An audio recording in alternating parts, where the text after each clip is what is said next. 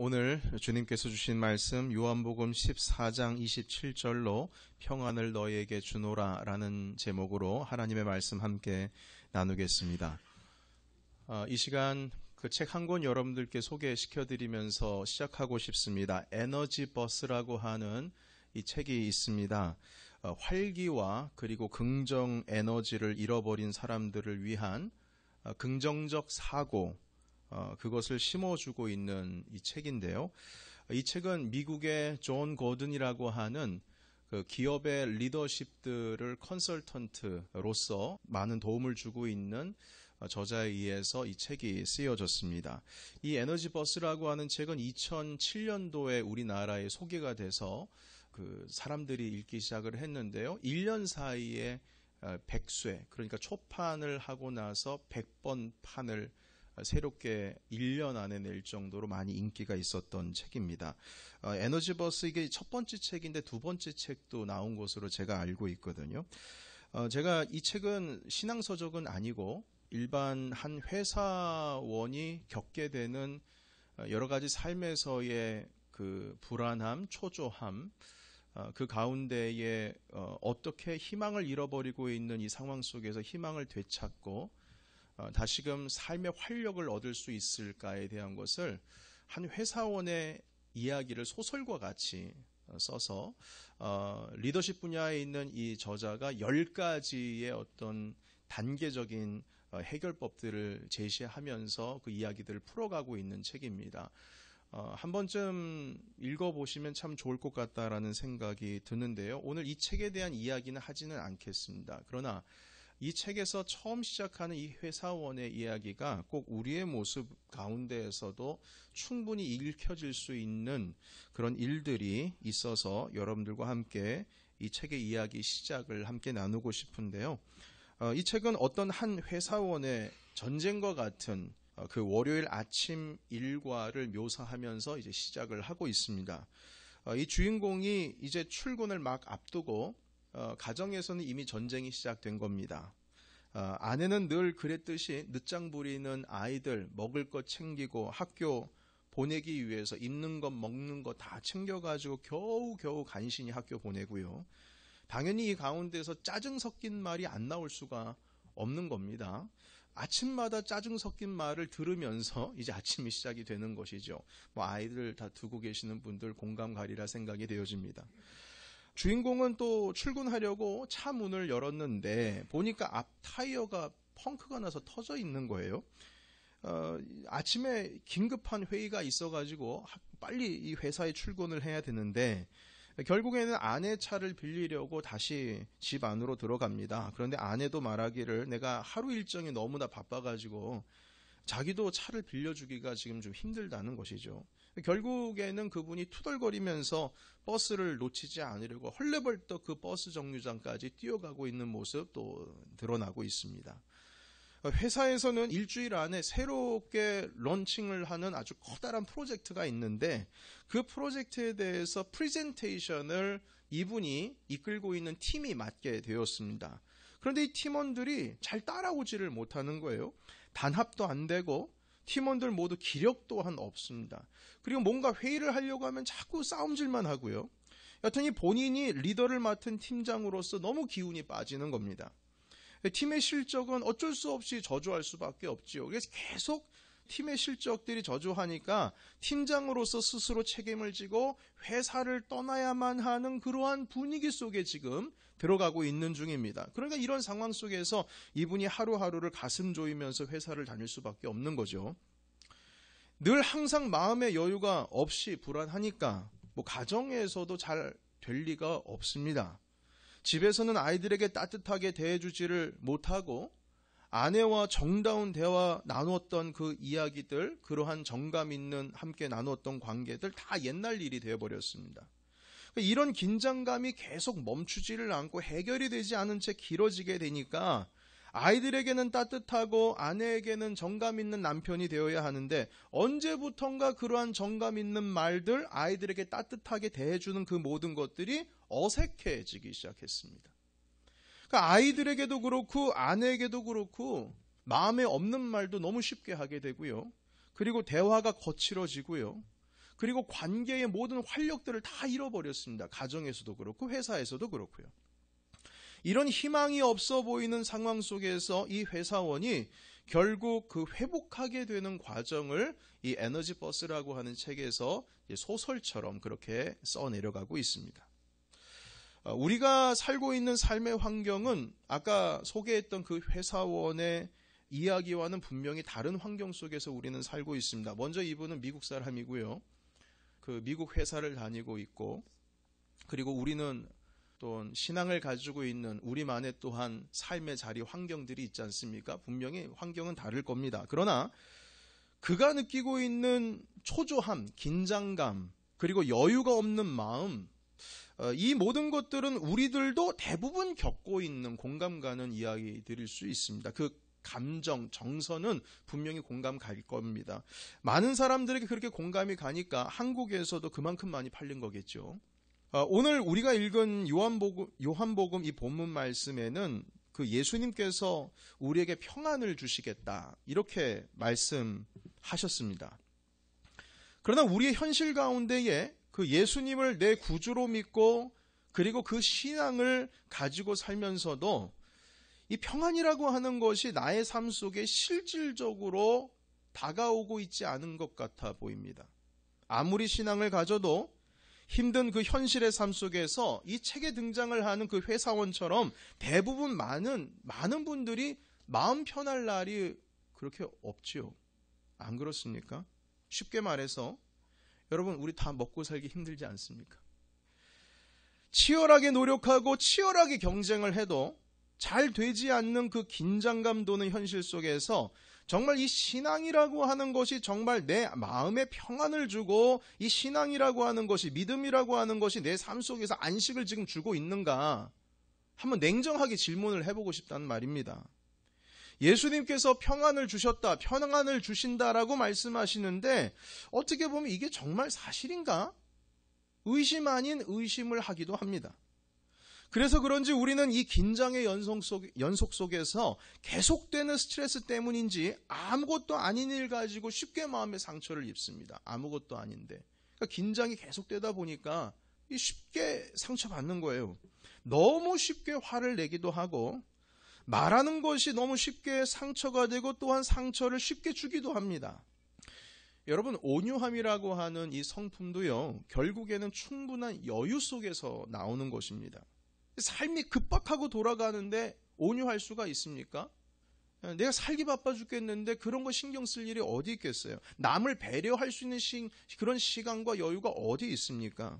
나도 모르게 거칠어지는 거지요. 그게 스트레스가 계속 쌓이고 있다라고 하는 증거가 우리의 삶 속에서 계속 드러나고 있는 겁니다.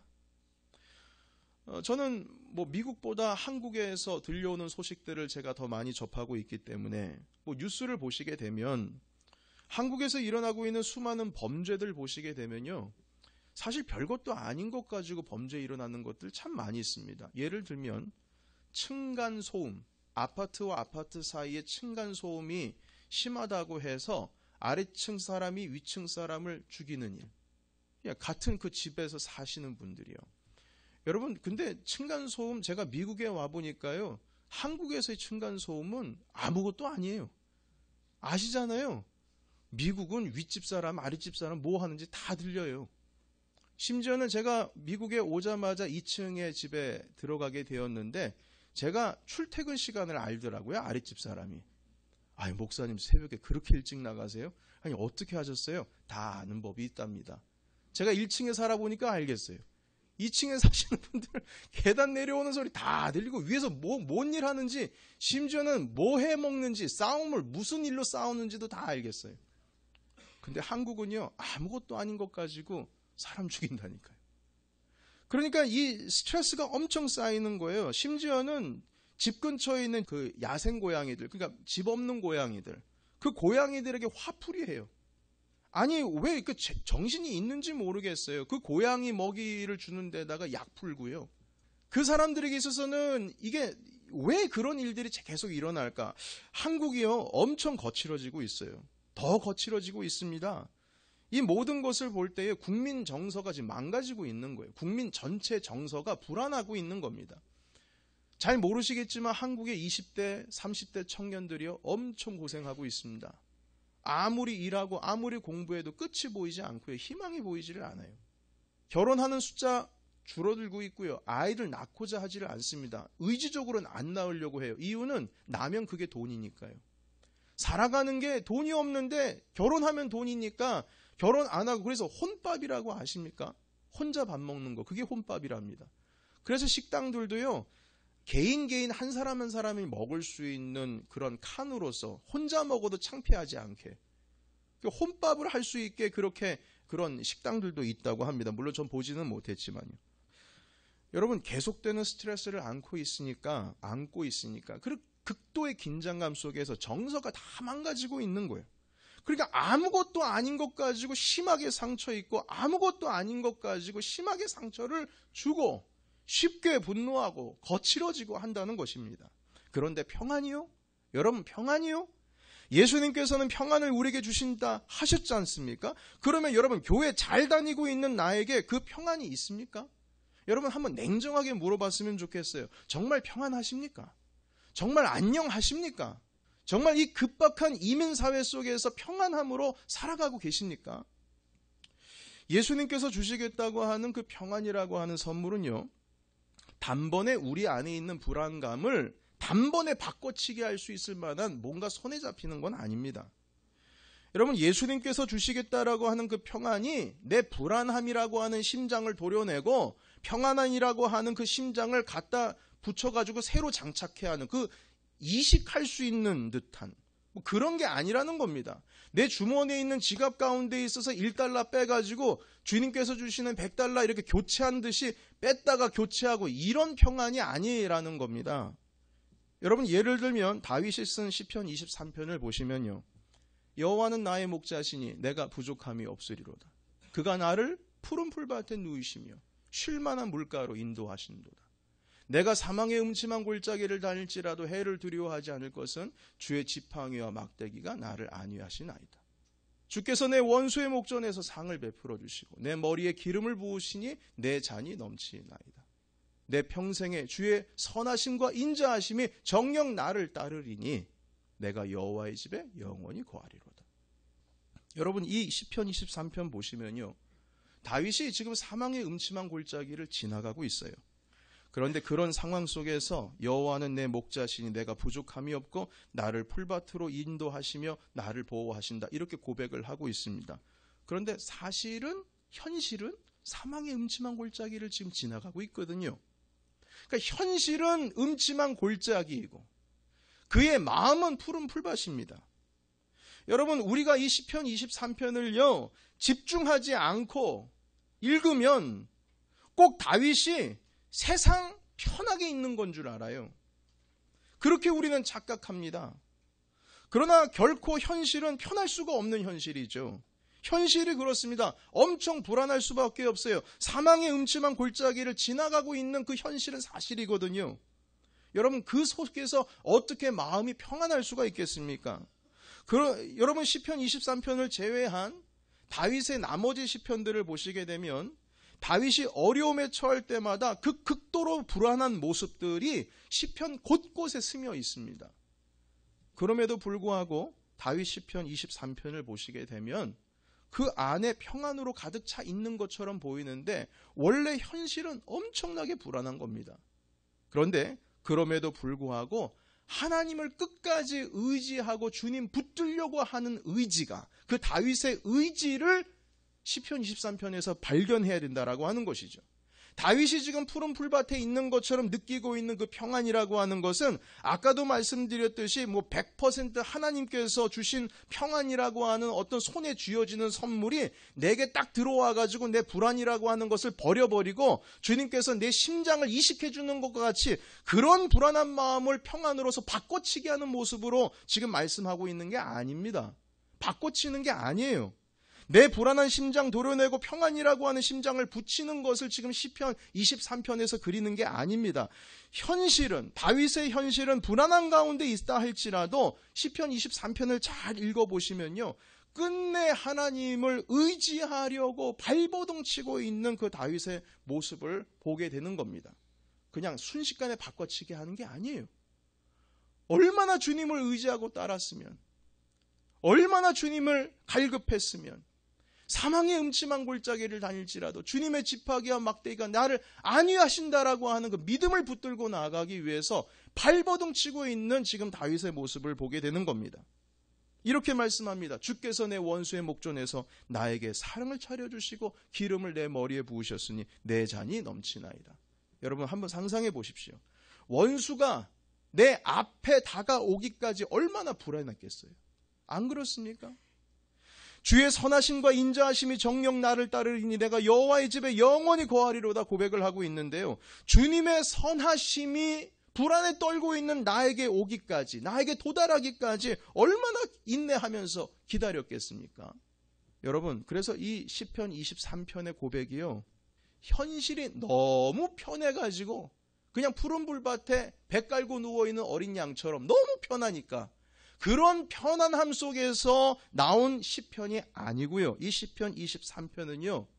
그런 평안함이 아니라 하나님을 의지하고 그만큼 의지하려고 믿음 붙들고 주님 붙들고 나아가려고 하는 다윗의 의지를 보여주고 있는 것이 시편 23편인 겁니다.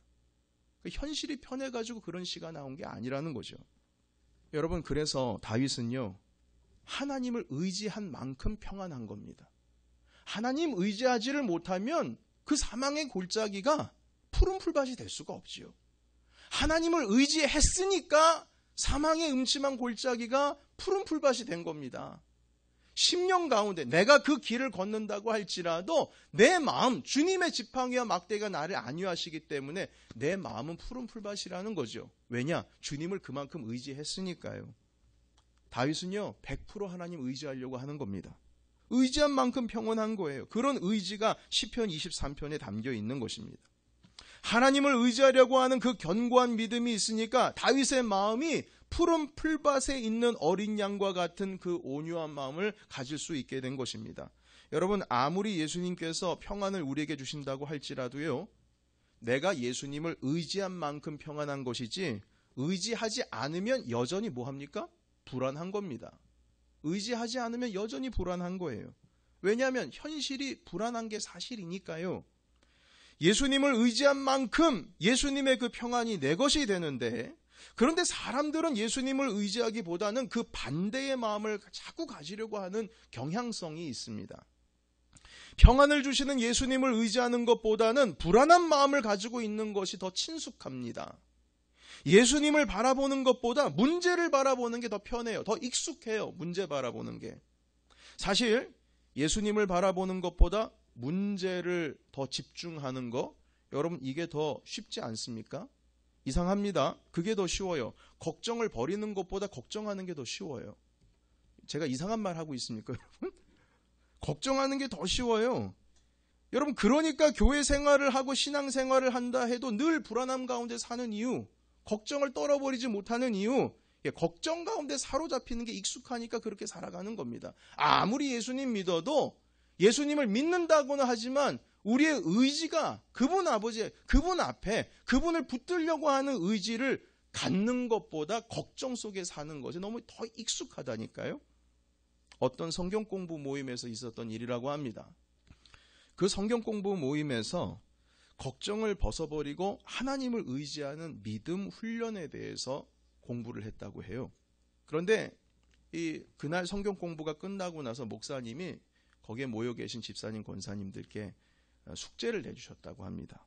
그 숙제는 뭘 쓰고 뭐 외우고 하는 숙제가 아니고 일주일 동안 우리가 배웠으니까 걱정을 버리고 하나님을 의지하는 것, 오직 예수님만 바라보는 것, 그것을 일상 가운데 걱정하지 않고 예수님만 바라보는 것, 이게 숙제였습니다. 한번 걱정 없이 한번 살아보자.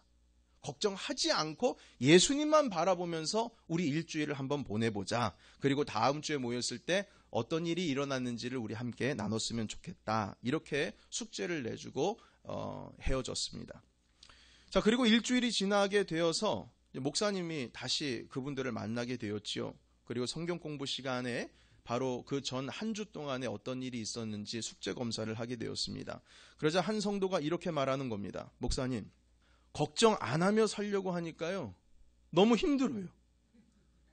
차라리 예수님 바라보는 것보다 마음껏 걱정하면서 사는 게 더 편한 것 같아요. 아니, 무슨 말씀이세요, 집사님? 지난주 성경 공부 모임이 끝나고요. 집에 딱 돌아갔는데 저녁에 남편이 오면서 하는 말이, 퇴근하고 와서 자기한테 하는 말이, 자기 이제 회사 그만 다니겠다는 거예요. 사업을 하겠다는 겁니다. 아니, 그때부터 이 걱정하는 마음이 몰려오기 시작하는데요. 그날 숙제가 걱정하지 않는 거였잖아요. 그런데 아무리 걱정을 안 하려고 해도, 그리고 아무리 예수님을 바라보려고 해도요, 너무너무 진짜 너무너무 안 되는 거예요. 그래서 옛다 모르겠다 마음껏 걱정하면서 지난 일주일을 보냈답니다. 걱정 안 하면서 사는 것보다 걱정하면서 사는 것이 정말 마음 편하고 너무 좋아요. 이렇게 얘기를 했어요. 목사님의 할 말을 잃었다는 겁니다. 여러분, 그런데 그거 아십니까? 마음 편하지 않는 그 걱정과 근심의 상태, 그때는 정말 어쩔 수 없어서 예수님 바라보는 것보다 그게 더 편하다고, 어떻게 보면 거기에 내 마음을 주고 살아가고 있는지는 모르겠지만, 그분은 차라리 그렇게 하는 것이 편하다고 말했는지는 모르겠지만, 그 걱정과 근심의 상태가 계속되면요, 결국 삶이 피폐해집니다. 결국엔요.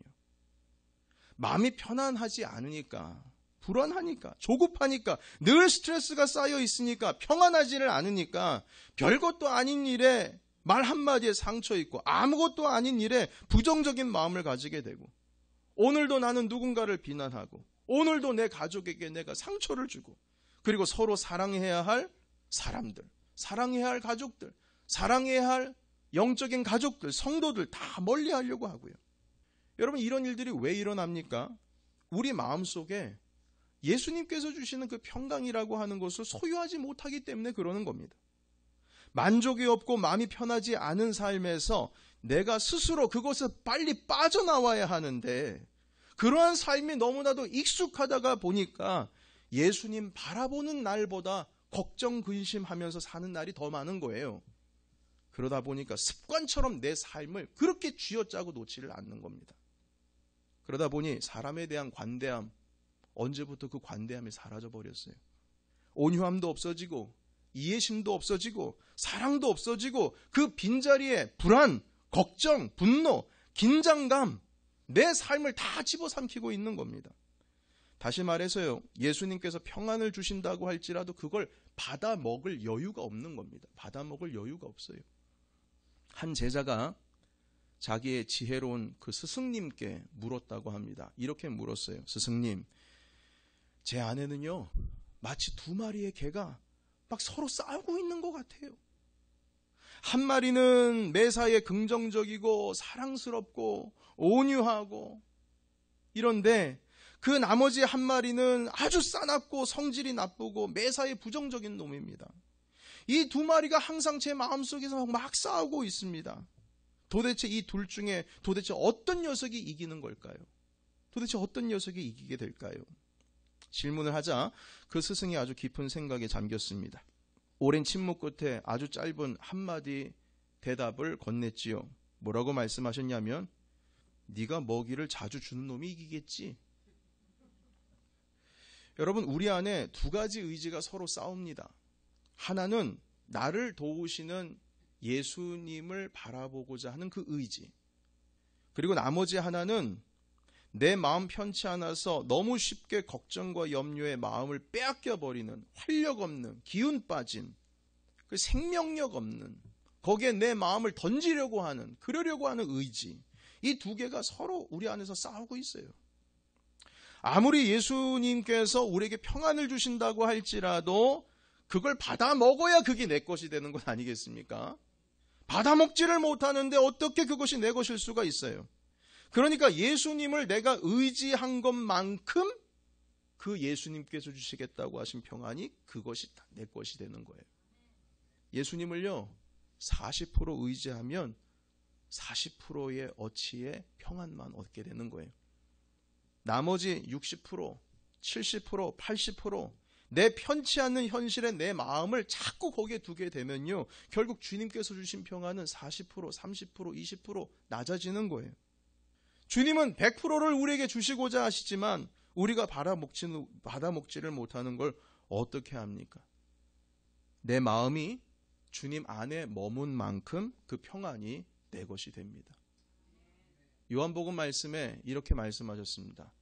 저가 내 안에, 내가 저 안에 있으면 그분은 많은 열매를 맺는다 말씀하셨습니다. 주님 안에 머문 만큼, 그리고 주님을 우리 안에 모신 만큼, 예수님을 바라보는 것만큼 주님께서는 우리에게 평강과 그리고 그 열매를 주신다는 사실입니다. 사랑하는 성도 여러분, 결국 예수님께서 주시는 그 평안을 얻는 것은요, 결국 나의 선택의 문제입니다. 주님의 문제가 아니에요. 내 선택의 문제예요. 예수님을 바라보세요. 예수님을 바라보시기를 바랍니다. 여러분, 정말 참으로 힘든 어려운 시간들을 혹시 지나가고 계십니까? 문제가 아무리 커 보여도요, 믿음으로 고백합시다. 그리고 이게 현실이니까요. 무엇이냐면 그 문제가 아무리 커 보여도 사실 우리 예수님이 더 크십니다. 안 그렇습니까? 시편 121편에 이렇게 말씀하십니다. 내가 산을 향하여 눈을 들리라. 나의 도움이 어디서 올꼬? 어디서 올꼬? 나의 도움이 천지를 지으신, 하늘과 땅을 지으신, 이 땅을 창조하신 그 창조주 여호와에게서 내 도움이 온다. 이렇게 고백하고 있습니다. 여러분, 우리는 이 고백이 어느 누구의 고백이 아니라 여러분들 자신, 나 자신의 고백이 되셔야 될 줄로 믿습니다. 사실은 이 말씀 준비하는 저도 여기 다 해당이 됩니다. 저라야 늘 평온한 삶이겠습니까? 저야 제가 목사라고 해서 불안함이 없이 걱정하는 거, 근심하는 거 하나 없이 지나가고 있겠습니까? 아니요. 다윗도 불안했던 것처럼 저도 불안하고, 십자가 앞에서 주님께서 떨으셨던 것처럼 저도 떨리고, 다 똑같습니다. 그러나 이 말씀 준비하면서 이 말씀을 저에게 선포하고 싶어요. 그리고 여러분들과 함께 나누고 싶은 겁니다. 내 영혼아, 어찌하여 내 속에서 불안해하며 낭망하는가? 너는 오직 누구를 바라라? 하나님을 바라라. 여호와를 바라라. 사랑하는 성도 여러분, 아무리 문제가 커 보여도 그 뒤에 계시는 우리 주님이 더 크시다는 사실을 알고 믿고 고백하시는 분들이라면, 이 시간 예수 그리스도께서 우리에게 허락하여 주신 세상이 알지 못하는 그 평강을 주신다고 하실 때에 그 모든 것을 100% 받아 누리시기를 예수님의 이름으로 축복합니다. 아멘. 현실의 문제는 현실의 문제일 뿐, 그 뒤에 계신 주님께서 우리를 이끌어가 계시고, 이끌어가 계시는 주님께서 낮에 해와 같이 밤에 달같이 쉬지도 아니시고 주무시지도 아니하시는 그분께서 우리를 인도하여 주실 줄을 믿습니다. 평안을 내게 주노라, 이 말씀을 붙드시고 오늘도 큰 문제들 앞에서 오직 예수님만 바라보고자 하는 의지, 그래서 시편 23편의 그 고백이 다윗의 고백이 아니라 이제는 나의 고백이 되는, 우리의 고백이 되는, 여러분들의 고백이 되시는 우리 모두가 되시기를 예수님의 이름으로 축원합니다.